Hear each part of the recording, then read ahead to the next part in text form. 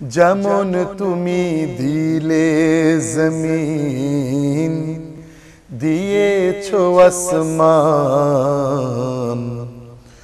সুখের সমাজ গড়তে দিলে। আসসালামু আলাইকুম ওরহমতুল্লাহি ওবরাকাতু। পৃথিবীর যে প্রান্ত থেকে আপনারা আমাদের এই বিশেষ আয়োজন সরল পথ অনুষ্ঠানটি দেখছেন, আপনাদের সকলকে মোবারকবাদ। আজকের আলোচনার বিষয়বস্তু হলো ন্যায় বিচার। আলোচনার পূর্বে ন্যায় বিচার নিয়ে আল্লাহ তাআলার কোরআন থেকে আপনাদের সামনে তেলাওয়াত করবেন হাফেজ মোহাম্মদ নাহিয়ান কায়সার। আউযু বিল্লাহি মিনাশ শাইতানির রাজীম। বিসমিল্লাহির রহমানির রহিম। ইন্নাল্লাহা ইয়া'মুরুকুম আন তু'আদ্দুল আমানাতি ইলা আহলিহা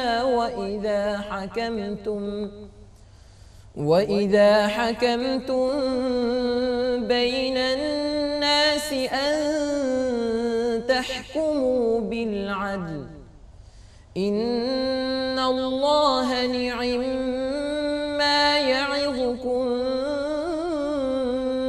به إن الله كان سميعا بصيرا.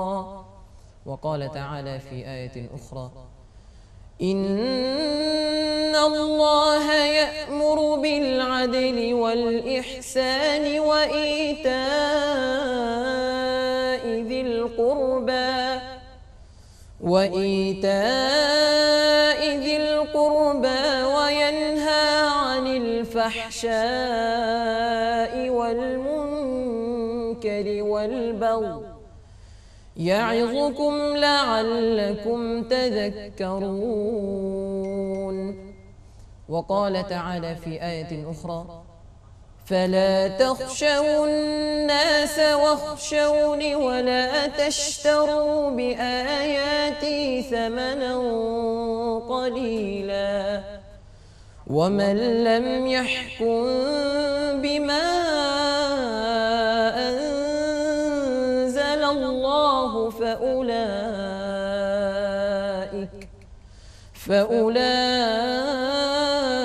فأولئك هم الكافرون.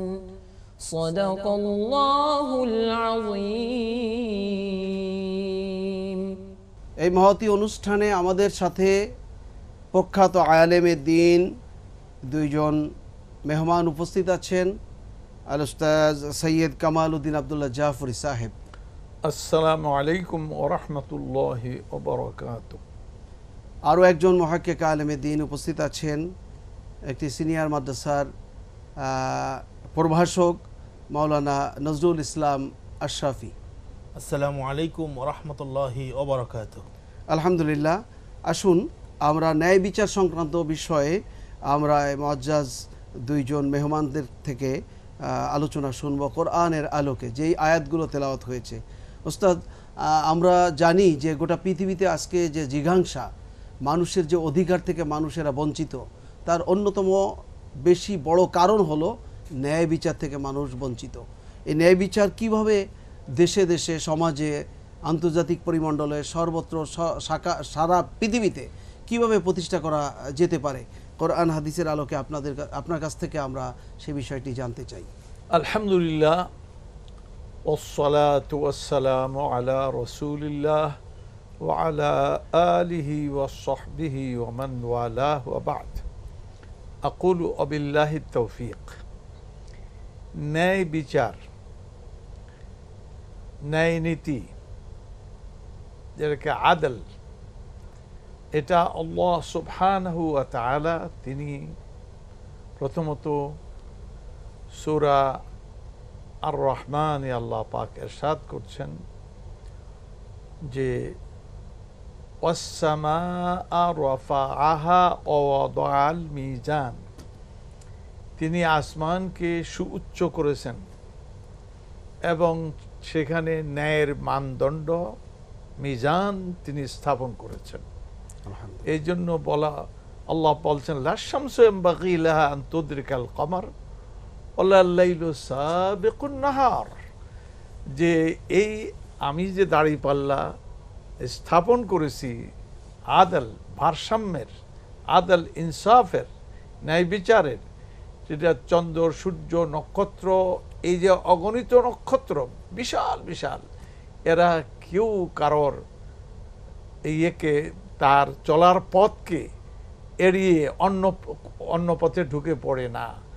সূর্য যত বড় প্রতাপশালী হোক, লাশামস সূর্যের জন্য উচিত না, ইয়ামবাগি লাহা আল্লাহ বলেন উচিত না, শব্দটা লক্ষ্য করেন, সূর্যের ক্ষমতা নেই এটা বলেন নাই, বলেন উচিত না, লাশামস ইয়ামবাগি লাহা আন তুদরিকাল কমার, চাঁদ যতই ছোট হোক, তার শক্তি যতই কম হোক না কেন, সূর্য তাকে তার এলাকায় ঢুকতে পারবে না, তাকে ধরে ফেলা তার উচিত না। কারণ চাঁদ ঘুরে পৃথিবীর চারপাশে, ঘুরতে গিয়ে সূর্যের আর পৃথিবীর মাঝখানে চলে আসলে তখন সূর্য ইচ্ছা করলে তার মধ্যাকর্ষণের টান দিয়ে নিতে পারে, কয় না লা ইয়ামবাগি লা শামসু ইয়ামবাগি লাহা, তার উচিতই না যে চাঁদকে ধরে ফেলা, কারণ চাঁদ ধরে ফেললে সূর্যের আলোতে জীবন চলে, কিন্তু চাঁদের আলোতে কি হয়, ও চাঁদের সঙ্গে আবার সমুদ্রের পানির জোয়ার ভাটা হয়, জোয়ার ভাটা থেমে গেলে জীবনও শেষ। জীবন মানে নড়াচড়া, আর পানি হলো জীবন, আর পানি নড়াচড়া বন্ধ হয়ে গেলে জীবনও শেষ। অতএব ছোট্ট হোক আর বড় হোক, প্রত্যেকের ডিউটি আল্লাহ পাক ঠিক করে দিয়েছেন, এই জন্য কেউ কারোর অধিকারের মধ্যে ঢুকবে না। এটা বড় বড়গুলি দিয়ে আমাদের বললেন, এইবার আমাদেরকে বলছেন, কি বলছেন? ও তিনি ওয়াদাল মিজান আল্লাহ তাতাউ ফিল মিজান, তোমরা যেন এই মিজানের দাড়িপাল্লার ভারসাম্য নষ্ট না করো, তাতাউ ফিল মিজান, আমাদেরকে বলছেন আল্লাহ পাক। কারণ মানুষ এখতিয়ার দেয়া আছে, এই এখতিয়ারে সে সত্য বলতে পারে, মিথ্যা বলতে পারে, সে ন্যায় কাজ করতে পারে, অন্যায় কাজও করতে পারে। সেই জন্য আল্লাহ মানুষকে ওয়াজ করেছেন আল্লাহ তাতাউ ফিল মিজান, তোমরা যেন মিজানের মধ্যে নড়াচড়া না, এদিক সেদিক না করো। কারণ তোমরা করবা তো চন্দ্র সূর্য সব যার যার জায়গায় ঠিক থাকবে না। কারণ মানুষকে আল্লাহ তাআলা এমন একটা পয়েন্টে বসাইছেন, যার আমলের উপরে নির্ভর করে সমস্ত নিজাম, বিশ্ব জগতের নিজাম। যেদিন আমলের ভারসাম্য একবারে নষ্ট হবে, বিশ্ব নিজাম দারহাম বারহাম হয়ে যাবে, তখন কিয়ামত অনুষ্ঠিত হবে। সুতরাং এই জন্য মানুষকে প্রথম তার ইমানের কথা বলা হয়েছে, লা ইলাহা ইল্লাল্লাহ। এটা এমন একটি কথা যে আল্লাহর প্রতি আদল করা হলো, আল্লাহর কোনো শরিক নাই। যদি শরিক করলেন তাহলে ইনসাফ করলেন না। কার প্রতি ইনসাফ করলেন না? আল্লাহর প্রতি ইনসাফ করলেন না। আল্লাহর প্রতি ইনসাফ না করলে নিজেদের সমাজও ইনসাফ আপনারা করতে পারবেন না। সেই জন্য ইমানের দিক থেকেই আমরা অ্যাকাউন্টেবল, আমরা দায়ী যে আমরা যেন ইনসাফ করি, আল্লাহর সঙ্গে কাউকে শরিক না করি এবং তাকেই মাবুদ মানি।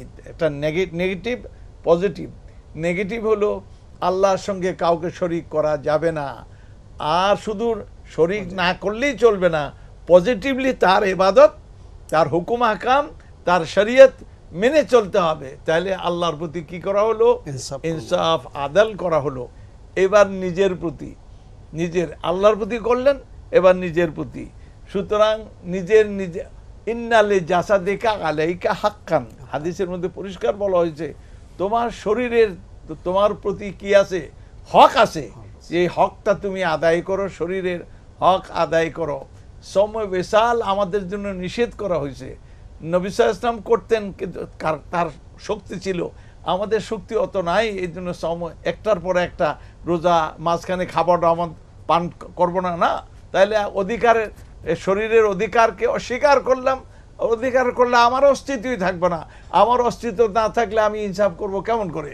সুতরাং মা লা ইয়াতিমুল ওয়াজিবু ইল্লা বিহি ফাওয়াজিব, যে কোনো একটা জিনিস কাজ যদি অবশ্য কর্তব্য হয়, সেটা করতে গিয়ে আরেকটা কাজ করতে ওইটাও ওয়াজিবের আওতায় চলে আসবে।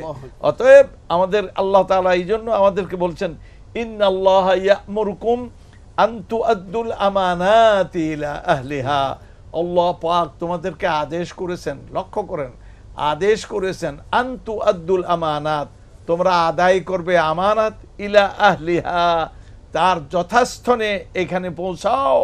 ওয়া ইযা হাকামতুম বাইনান নাসি আন তাহকুমু বিল আদল, আর যখন মানুষের মধ্যে হুকুম চালানোর জায়গায় বসবা তখন হুকুমের দ্বারা যেন এই এই এই ন্যায় বিচারের মানদণ্ড যেন এইরকম না করে, বরং ই'দিলু আকরাবুল তাকওয়া, আদালত করো, ইনসাফ করো, এটাই তাকওয়ার কাছাকাছি অবস্থান। সুবহানাল্লাহ।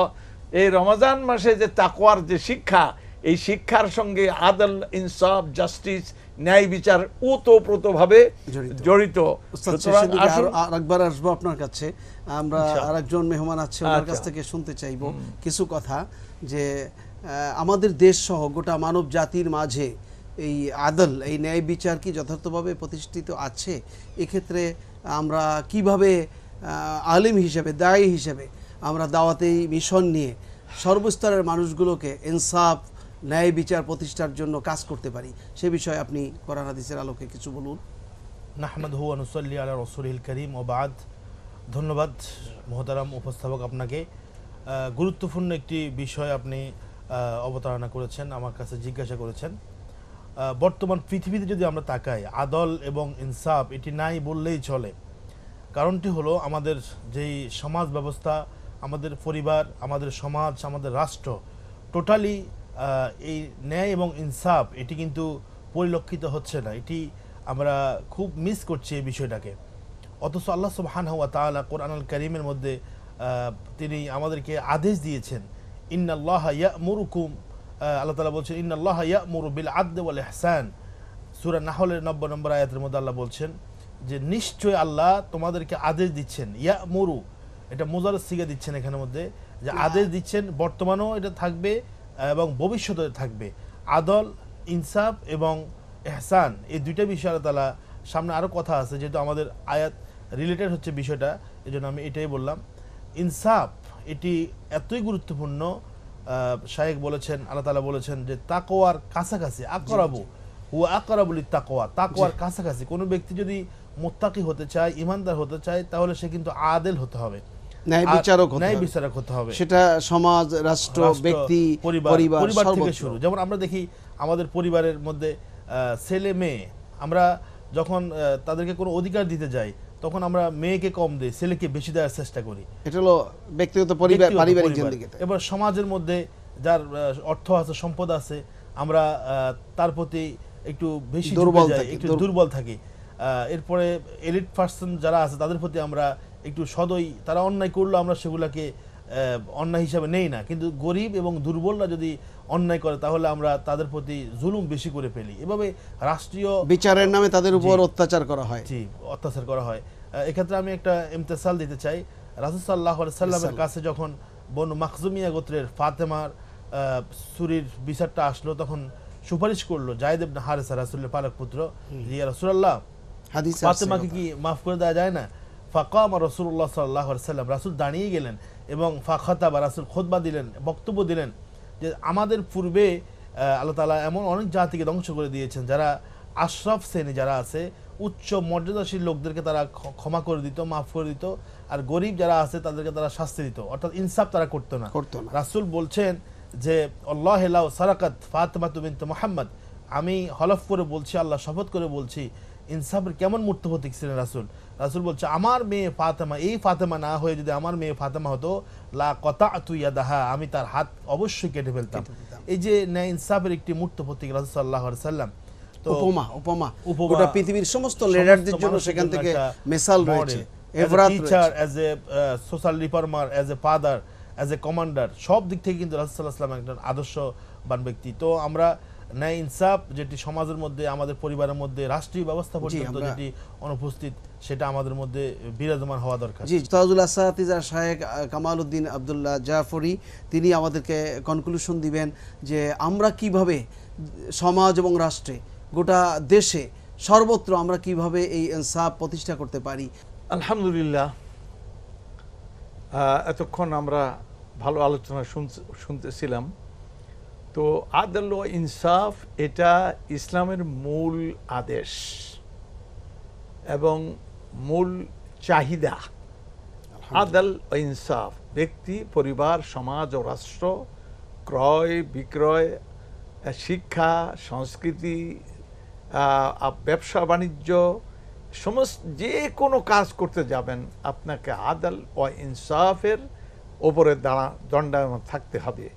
সাইয়েদনা ওমর রাদিয়াল্লাহু তাআলা আনহু তিনি একদিন হজের সময় বসা এবং মিশরীয় লোকদের নিয়ে তিনি বসছেন, যে সেখানে তিনি বললেন যে আমি গভর্নর তোমাদের কাছ দিয়েছি তোমাদের হক আদায় করার জন্য, আমার গভর্নর তোমাদের উপর কোনো জুলুম করছে কিনা, অন্যায় করেছে কিনা তার অভিযোগ আমার কাছে পেশ করো, আমি এখন তার বিচার করব। গভর্নর ওনার বাম পাশে বসা, গভর্নরকে জানতেন না তিনি আমর ইবনুল আস রাদিয়াল্লাহু তাআলা আনহু। ইসলামে যে ২-৩ বড় জেনারেল, এর মধ্যে একজন জেনারেল হন আমর ইবনুল আস, তিনি মিশর বিজয়ী, আবার তাকে হযরত ওমর ওখানকার গভর্নর বানাইছেন। সুবহানাল্লাহ।